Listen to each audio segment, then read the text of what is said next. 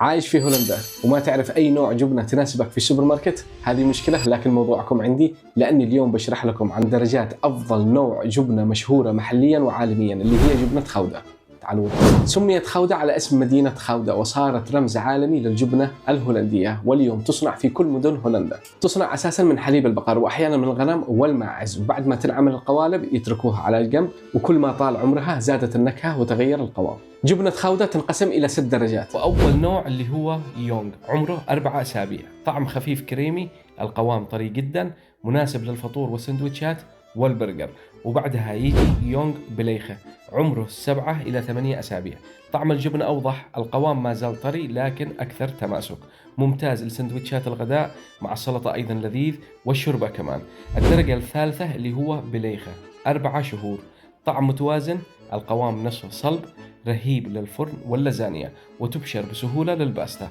وبعدها يجي إكسترا بليخة، عمره من 7 إلى 8 أشهر، الطعم أقوى، القوام أكثر صلابة وأقل ذوبان، تنفع للبيتزا بدل الموزاريلا، ومع الخبز المحمص الأسمر أيضا لذيذ، وينفع أيضا مبشور للمعكرونة.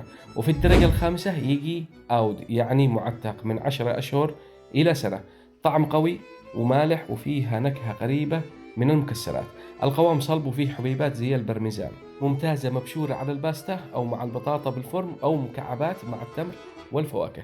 وآخر نوع اللي هو أكبرهم عمرا، إكسترا أود أو أوفر يارخ، 1.5 سنة وما فوق، الطعم حاد ولاذع جدا، قوامها جاف وهش، ما ينفع تنبرش، انتبهوا يا اخوان، مناسبة مع المكسرات، العسل، العنب، وعادة تقدم على ألواح الجبن.